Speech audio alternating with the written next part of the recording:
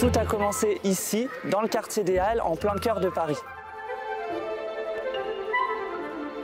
Alors tout le monde pense que Molière est né ici, rue du Pont-Neuf, parce que vous avez ici sur la façade le buste de Molière. Et en fait, tout est faux, puisqu'un marchand du XVIIIe siècle qui a mis ce buste sur sa maison pour se faire de la publicité. Et en réalité, Molière il est né juste à côté, rue Saint-Honoré, je vais vous montrer.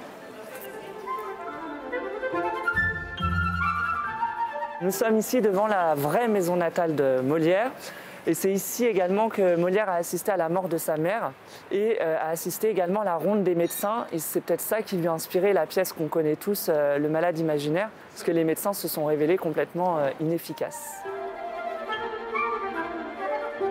Molière va rencontrer la famille Béjart, qui est une grande famille de comédiens. Et c'est avec cette famille qu'il va commencer à jouer lorsqu'il a une vingtaine d'années.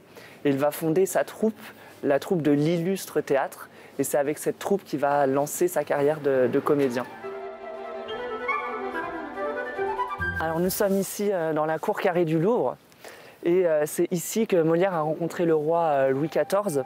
Et cette rencontre avec Louis XIV va être décisive pour Molière, puisque Molière va jouer devant le roi. Il va jouer une tragédie. Ça va être un échec, un bide total pour Molière. Et Molière va avoir le culot de proposer au roi une pièce de sa création, Le Docteur amoureux. Et là, c'est un succès, le roi va rire, et c'est ce qui va lancer sa carrière. Le roi Louis XIV décide de faire de Molière et de sa troupe une troupe royale. Donc la troupe de Molière devient troupe royale en 1665 et cette troupe va venir s'installer ici, au Palais Royal.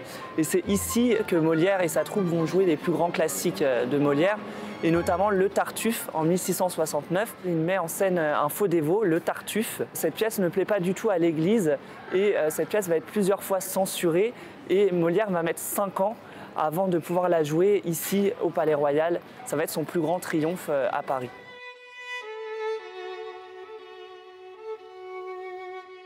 Il y a un peu une légende, c'est que Molière serait mort sur scène. Cette légende, elle vient du fait qu'à la fin de la pièce du Malade imaginaire, Molière s'effondre sur scène.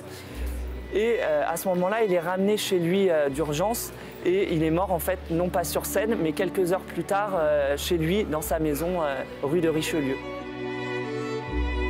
Après sa mort, ça va être un peu compliqué pour sa troupe, puisqu'une partie de ses comédiens vont quitter la troupe pour rejoindre la troupe rivale de Molière, les comédiens de l'Hôtel de Bourgogne. Mais le roi va décider de mettre fin à ces rivalités en fusionnant les deux groupes. Ça va être la naissance de la Comédie Française que l'on va baptiser ensuite la Maison de Molière.